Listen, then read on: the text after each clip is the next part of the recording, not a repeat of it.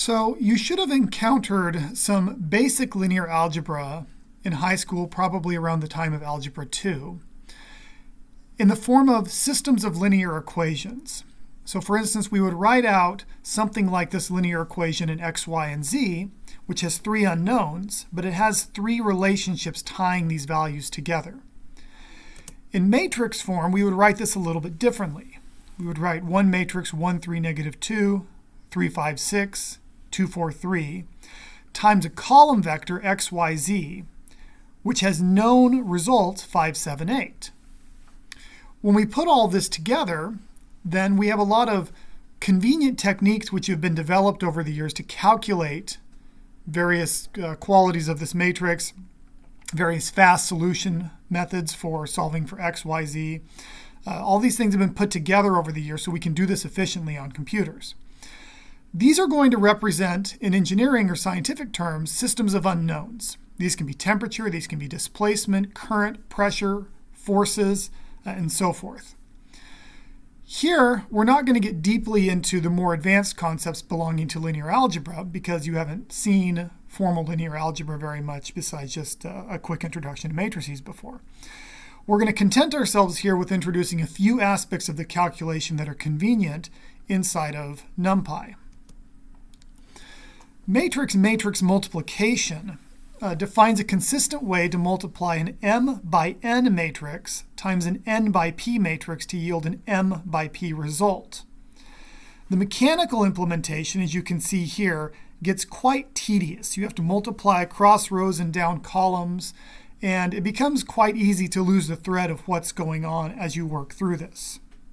You'll notice as well that we're using conventional mathematical notation for our indices. So for instance, we're talking about entry 1, 1 on row 1, column 1.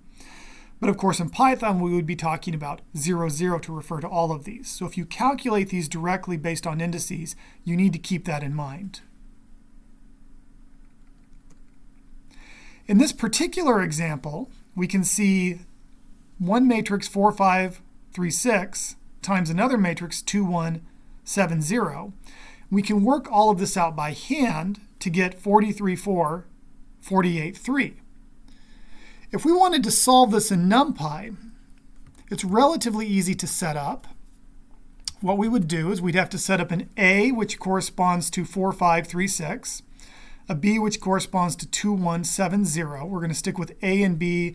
We're going to use capital letters to denote matrices and lowercase letters to denote vectors moving forward. I've defined A, I've defined B, and conveniently, there's an at operator which describes matrix multiplication.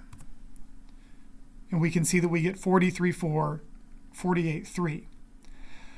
I want you to be careful not to use A star B. That's a different operator, which is element-wise multiplication. We'll talk more about that in a moment. But be clear that when we talk about matrix or matrix vector multiplication, when we mean these things linear algebraically, we need to employ the at symbol to get that correct. Matrix vector equations are commonly used in engineering to describe systems of linear equations, as we saw earlier. This example can be represented as a matrix equation. So we see on top 3x plus 2y minus z equals 1, etc. And then we see a matrix representation with an unknown vector x, y, z. Here we've already solved this, x, y, z being actually the vector x, which we write x with an underline, 1, -2, -2. Since we're not quite ready to solve unknowns yet, let's instead consider plugging in the solution 1, -2, -2 to the equation and verify that this is actually what we see. We define A using a list of these values as an array. We define x. And if we want to calculate the result B, we once again need to use the at operator to do matrix vector multiplication correctly. In this case, we can verify this. We see 1, -2, 0 as our answer. Again, to be clear, if we do A star x, we get an answer, but it's not even the right kind of thing as an answer. Somehow there's a way that it's decided to expand out this vector to apply to each of the elements inside of the matrix. And so it's returning a value to us, but it's not even the right kind of shape for the operation that we're doing. Element-wise multiplication describes a slightly different scenario. Here we're going to write it with a star. In this case, what we mean is that we're thinking of a 2D array not as being a matrix per se, but as being a table of data, like in a spreadsheet or a textbook table. In this case, if we wanted to double the values in the array or perform some other kind of modification, it can be a little bit cumbersome to use matrix-matrix operations like multiplication. Instead, we're going to use the regular star operator, star for typical multiplication, to put these quantities next to each other. Here we're defining A and B to be 4, 5, 3, 6, 2, 1, 7, 0. If we multiply these times each other, we get 8, 5, 21, 0. So this means that the 4 has been multiplied by the 2, the 5 by the 1, the 3 by the 7, and the 6 by the 0, respectively. This operation, unlike matrix-matrix and matrix-vector multiplication, is commutative. The equation matrix A times vector X equals vector B might be termed the fundamental equation of engineering. A frequently represents a known matrix of forces or heat flows. B represents a known matrix of satisfied conditions. And X is our set of quantities to be solved for. You see this in fluid mechanics solvers. You see this in structural mechanics, finite element solvers. You see this throughout applied engineering. Many times when you're using a tool like ANSYS or COMSOL to solve your problems, what's going on under the hood is solving some form of this matrix equation, even if you do not explicitly see this outside. Now, if we examine this expression, one might be tempted to write it, a solution something like this, with vector B divided by matrix A yielding the correct answer, vector X. Of course, there is no such operation as full matrix division as we're imagining here.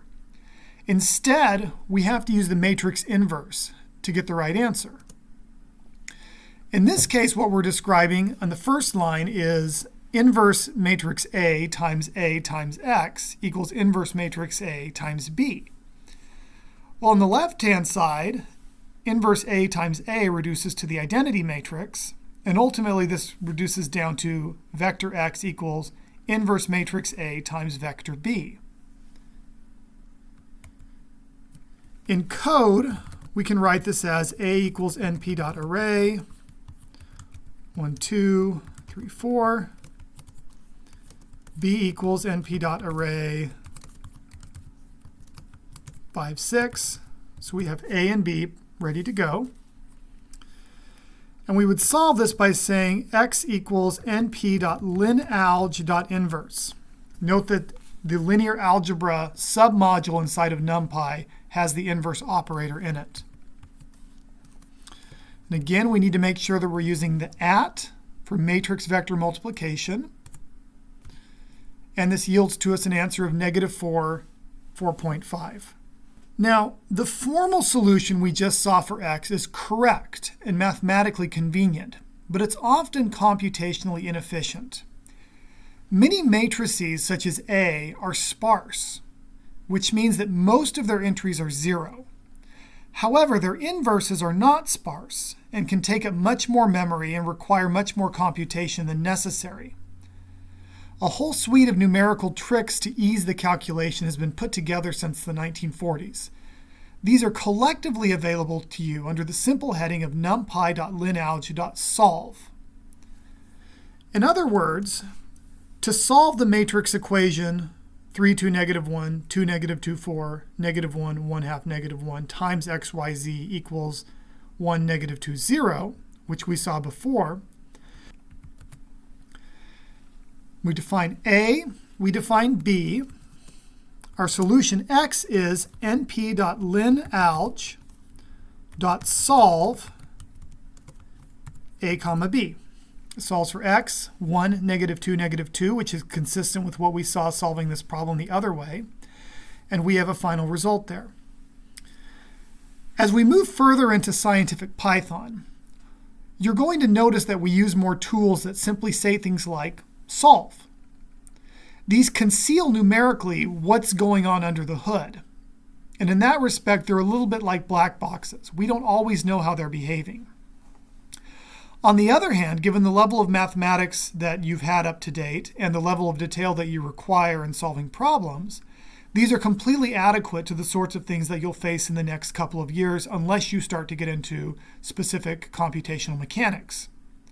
So we're going to see things like solve, we're going to see tools like minimize and optimize show up in the next few lectures. And most of the time, this is the right way to solve your problem unless I'm asking for something more specific. So for instance, in the lesson notes, when I give you an A and a B and I ask you to solve for x, np.linalg.solve is a completely acceptable way to solve that result. And that's really the thing you should be memorizing ahead of any quiz or any application that you have downstream from here.